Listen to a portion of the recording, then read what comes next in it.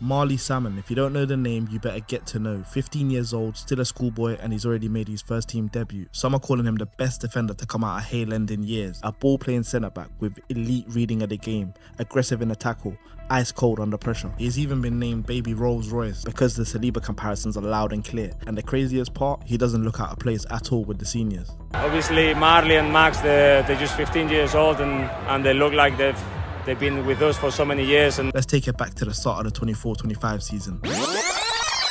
Marli began his campaign at right back and played there a handful of times early on in the season, showing his versatility even though it's not his preferred position. In late October, he made his UEFA Youth League debut against Shakhtar and followed it up with another appearance away to Inter Milan in November. In December, Arsenal put together an under-17 squad that travelled to Brazil to compete in the Flamengo Under-17 Adidas Cup, the biggest international youth tournament in the country. The competition featured top sides from around the world, including Dinamo Zagreb, SC Braga and FC Midtjylland. Marli started at the heart of defence in every game, playing a key role as Arsenal went on to win the tournament. In the new year, things started moving fast, with Under-21s captain Zayn Monlouis sealing a permanent move to and was handed his Premier League 2 debut. He had already featured in all of the FA Youth Cup rounds up to that point, coming off the bench each time. Then came February 28th.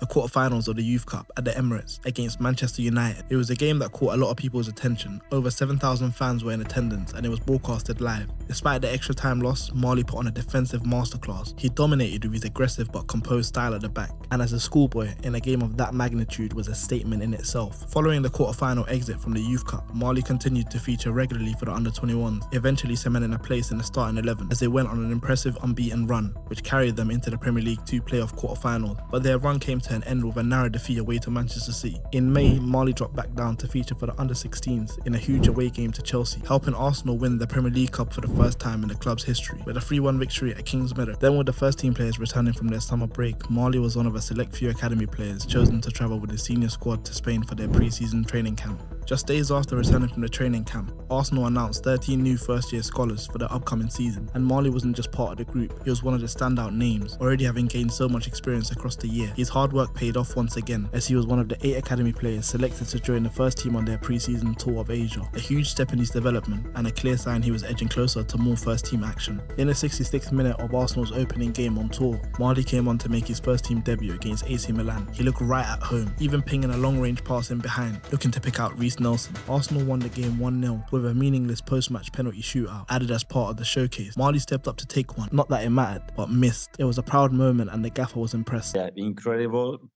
how at 15 years old they can perform at that level.